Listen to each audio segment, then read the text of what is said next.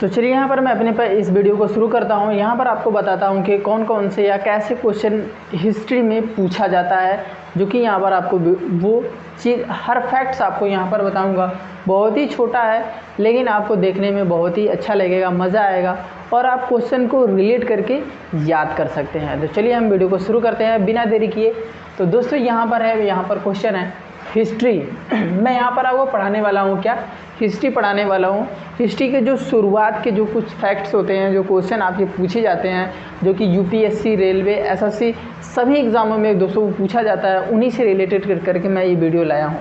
तो चलिए यहाँ पर है। तो दोस्तों सबसे पहले आपको ये क्वेश्चन पूछ सकता है कि हिस्ट्री का जनक किसे कहा जाता है। हिस्ट्री का जनक किसे कहा जाता है या हिस्ट्री का जनक किसे माना जाता है, ये क्वेश्चन आपसे पूछ सकता है। तो क्या आपको पता है हिस्ट्री का जनक किसे कहा जाता है? तो हिस्ट्री का जनक चलिए मैं बताता हूँ। हिस्ट्री का जनक हेरोडोटस को माना जाता है। किसको? हेरोडोटस को हिस्ट्री का जनक माना जाता है। हेरोडोटस को हिस्ट्री का जनक माना जाता है। यहाँ पर आपका लिखा हुआ है हेरोडोटस को हिस्ट्री का जनक माना जाता है। और दोस्तों यहाँ पर हिस्ट्री को कितने भागों में बांटा गया है, ये दोस्तों आपको तो जनरली पता ही होगा, क्योंकि दोस्तों हिस्ट्री को कितने भागों में बांटा गया है और किन किन के आधार पर बांटा गया है, ये चीज़ मैं यहाँ पर आपको बताने वाला हूँ। तो यहाँ पर हिस्ट्री का जनक सबसे पहले किसको माना जाता है? तो हेरोडोटस को हिस्ट्री का जनक माना जाता है। और यहाँ पर आपका पहला जो भी दोस्तों सबसे पहला काल कौन सा है? प्राक ऐतिहासिक काल। क्या है? प्राक ऐतिहासिक काल। दूसरा है आद्य ऐतिहासिक काल। दूसरा क्या है दोस्तों? आद्य ऐतिहासिक काल। यानी हिस्ट्री को 3 भागों में बांटा गया है, जो कि यहाँ पर पहला है प्राग ऐतिहासिक काल, दूसरा है आद्य ऐतिहासिक काल, दूसरा क्या है? आद्य ऐतिहासिक काल, तीसरा है आपका ऐतिहासिक काल। क्या है? तीसरा आपका क्या है? ऐतिहासिक काल। तो यहाँ पर आपसे क्वेश्चन पूछ सकता है कि हिस्ट्री को कितने भागों में बांटा गया है? तो हिस्ट्री को 3 भागों में बांटा गया है। कौन कौन सा? पहला प्रागैतिहासिक काल, दूसरा आद्य ऐतिहासिक काल, तीसरा ऐतिहासिक काल। कौन सा? ऐतिहासिक काल। इन्हीं को दोस्तों हम पढ़ने वाले हैं और इन्हीं के बारे में हम आपको ये बताएंगे कौन कौन से कहाँ से कैसे क्वेश्चन पूछा जाता है। तो सबसे पहला है क्या है यहाँ पर? हिस्ट्री का जनक किसको माना जाता है? हेरोडोटस को हिस्ट्री का जनक माना जाता है। हिस्ट्री को कितने भागों में बांटा गया है? तो हिस्ट्री को 3 भागों में बांटा गया है। कौन कौन सा? प्राक ऐतिहासिक काल, आद्य ऐतिहासिक काल और ऐतिहासिक काल। इसको किसके आधार पर बांटा गया है? तो दोस्तों यह पुरातात्विक के आधार पर बांटा गया है। किसको? पुरातात्विक के आधार पर बांटा गया है। तो इसमें भी पुरातात्विक है और आद्य ऐतिहासिक में भी पुरातात्विक है और ऐतिहासिक में भी पुरातात्विक है, जो कि ये दोनों दोस्तों खुदाई के समय जो भी चीज़ें पाई गई हैं उन्हीं के आधार पर इन सब के काल को बताया गया है और उन्हीं के आधार पर इतिहास के कालखंडों को बांटा गया है। तो यहाँ पर दोस्तों सबसे पहले आपसे क्वेश्चन पूछ सकता है कि कौन सा ऐतिहासिक काल लिखा गया पर पढ़ा नहीं गया? कौन सा ऐतिहासिक काल लिखा गया पर पढ़ा नहीं गया? तो दोस्तों उस टाइम के जो लोग थे वो कैसे लिखे? लिख तो दिए पर उन लोगों को उस टाइम पढ़ने लिख तो दिए पर दोस्तों जो आज के समय में खुदाई के समय में पाया गया वो पढ़ा नहीं गया है। कैसे पढ़ा नहीं गया है? तो यहाँ पर आपसे पूछ सकता है कि कौन सा ऐतिहासिक काल ऐसा है जो लिखा गया पर पढ़ा नहीं जा सकता है? तो आप क्या बताएंगे ऑप्शन में? आप आंसर में आप क्या बताएंगे? आद्य ऐतिहासिक काल। कौन सा? आद्य ऐतिहासिक काल ऐसा काल है जो लिखा गया पर पढ़ा नहीं जा सकता है। लिखा गया, पढ़ा नहीं जा सकता। तो यहाँ पर है दोस्तों ये क्या है?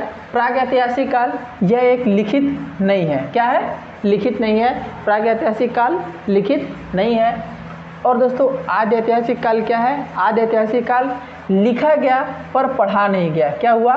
लिखा गया, यहाँ पर लिखित तो है पर यह पढ़ा नहीं जा सका, मतलब पढ़ा ही नहीं जा सका। दोस्तों किस तरीके से लिखा गया ये पढ़ा नहीं जा सका। और आपका ऐतिहासिक काल जो है ये क्या है? लिखित भी है और इसको पढ़ा भी गया है। क्या है? लिखित भी है और पढ़ा भी गया है। तो आपसे क्वेश्चन पूछ सकता है दोस्तों कि ऐतिहासिक कालखंड में ऐसा कौन सा कालखंड है जो लिखा गया है और पढ़ा भी गया है? तो ऑप्शन में आपको आद्य ऐतिहासिक काल और प्राग ऐतिहासिक काल भी दे सकता है। तो यहाँ पर आप आंसर में क्या लगाएंगे दोस्तों? आपका यहाँ पर ऐतिहासिक काल। कौन सा? ऐतिहासिक काल जो है, ऐतिहासिक काल जो कि लिखा गया और पढ़ा भी गया है। तो ये दोस्तों आपको समझ में आ गया अच्छे से कि इतिहास काल के जनक किसको माना जाता है, हेरोडोटस को माना जाता है। इतिहास काल खंडों को कितने भागों में बांटा गया है, इतिहास काल खंडों को 3 भागों में बांटा गया है। कौन कौन सा, प्रागैतिहासिक काल, आधे ऐतिहासिक काल और ऐतिहासिक काल। प्रागैतिहासिक काल जो कि दोस्तों ये इसमें कोई लिखित प्रमाण नहीं मिला गया है, क्या है, प्रागैतिहासिक काल में कोई लिखित प्रमाण नहीं मिला है। आधे ऐतिहासिक काल में लिखित प्रमाण मिला है परंतु वह पढ़ा नहीं जा सका, लिखा गया है पर पढ़ा नहीं जा सका। और आपका ऐतिहासिक काल जो है लिखा भी गया है और उसको पढ़ा भी गया है। तो ये दोस्तों आपको याद हो गया क्वेश्चन अच्छे से। चलिए हम आगे बढ़ते हैं। आपको ऐतिहासिक काल को 3 काल खंडों में बांटा गया है यहाँ पर, प्राचीन ऐतिहासिक काल, मध्य ऐतिहासिक काल और आधुनिक ऐतिहासिक काल। यहीं से दोस्तों बहुत ही ज़्यादा क्वेश्चन पूछा जाता है आपका, प्राचीन, मध्य और आधुनिक ऐतिहासिक काल। तो यहाँ पर आपको ऐसे ही पूछे ऐतिहासिक काल को कितने कालखंडों में बांटा गया है, तो प्राचीन, मध्य और आधुनिक, प्राचीन, मध्य और आधुनिक, प्राचीन, मध्य और आधुनिक। दोस्तों ये देखिए, ये आप लिखने की कोशिश मत करिए, क्लास में ही इसको रिलेट करके याद करने की कोशिश करिए। तो चलिए हम आगे बढ़ते हैं। अब यहाँ पर हमको पढ़ना क्या है दोस्तों, ये पढ़ना है प्राक ऐतिहासिक काल। क्या, प्राक ऐतिहासिक काल हमको पढ़ना है दोस्तों। यहाँ पर प्राक ऐतिहासिक काल, यहाँ से हम पढ़ेंगे प्राग ऐतिहासिक काल। प्राग ऐतिहासिक काल और इसको पाषाण काल के भी नाम से जाना जाता था। किसको, प्राग ऐतिहासिक काल को पाषाण काल के नाम से भी जाना जाता था। क्यों जाना जाता था, क्योंकि यहाँ पर इस प्राग ऐतिहासिक काल में पत्थर के औजारों का बहुत ही ज़्यादा प्रयोग किया जाता था। पत्थर का यानी स्टोन का प्रयोग किया जाता था, इसलिए इसको क्या कहा गया, पाषाण काल कहा गया।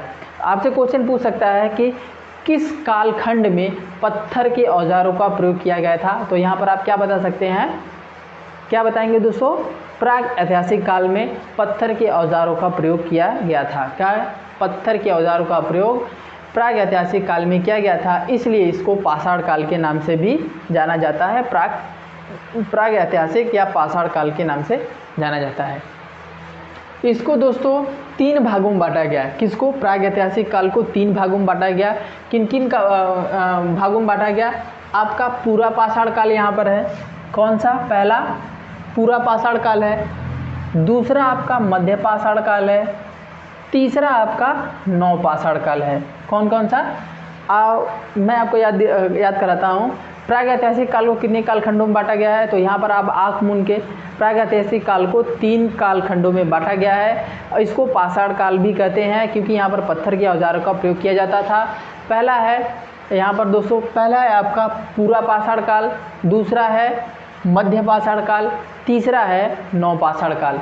इन पाषाण कालों को जो भी ये खंड है, ये समय के आधार पर बांटा गया है दोस्तों, समय के आधार पर बांटा गया है।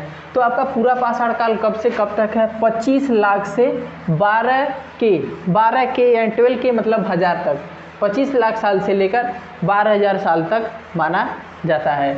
इसका समय पूरा पाषाण काल का 25 लाख से दोस्तों आपका 12,000 साल तक माना जाता है। और मध्य पाषाण काल का दोस्तों 12,000 से लेके 5,000 ईसा पूर्व तक माना जाता है। किसका, 12,000 से 5,000 ईसा पूर्व तक माना जाता है, 12,000 से 5,000 ईसा पूर्व तक माना जाता है।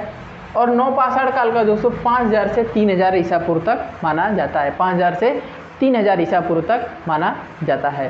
तो दोस्तों ये आपको कितना हो गया, आपका प्राग ऐतिहासिक काल को किन कालखंडों में बांटा, 3 भागों में बांटा गया है।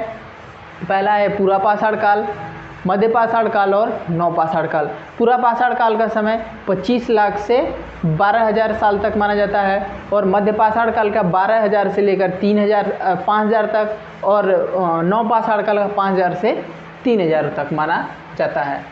और दोस्तों पूरा पाषाण काल में यहाँ पर आपसे क्वेश्चन पूछ सकता है कि मानव जाति यानी मानव सबसे पहले कहाँ पर आए थे। ये क्वेश्चन आपसे पूछ सकता है कि मानव सबसे पहले कहाँ पर आए थे। ये क्वेश्चन दोस्तों आपके एग्ज़ाम में पूछा गया है कि मानव यानी मनुष्य या सबसे पहले कहाँ पर आए थे। तो ये आपका क्वेश्चन हो जाएगा अफ्रीका में। कहाँ पर, अफ्रीका में मानव का सबसे पहले आए थे। क्योंकि दोस्तों उस टाइम के जो प्राग ऐतिहासिक काल के जो लोग होते थे वो खाना बदोश हुआ करते थे, खाना बदोश हुआ करते थे। उस समय के लोग क्या होते थे दोस्तों, खाना बदोश हुआ करते थे। क्या? क्योंकि वो दोस्तों एक दूसरे पर आश्रित हुआ करते थे, एक दूसरे पर आश्रित हुआ करते थे। खानाबदोश, खानाबदोश मतलब दोस्तों ये चीज़ होता है कि वो कहीं भी रहकर कहीं भी जाकर खा सकते हैं, उनका कोई निश्चित आवास नहीं होता था और कहीं भी रास्ते में जाते हैं वहीं पर कुछ भी जानवर या कुछ भी मारकर वो खा लेते थे। तो इसी को क्या कहा जाता है? खानाबदोश कहा जाता है। क्या? खानाबदोश। तो आपका पूरा पाषाण काल में कौन थे? उस टाइम में के लोग खानाबदोश हुआ करते थे। यहाँ पर आपसे पूछ सकते हैं मानव जाति का पालना कहाँ पर हुआ है?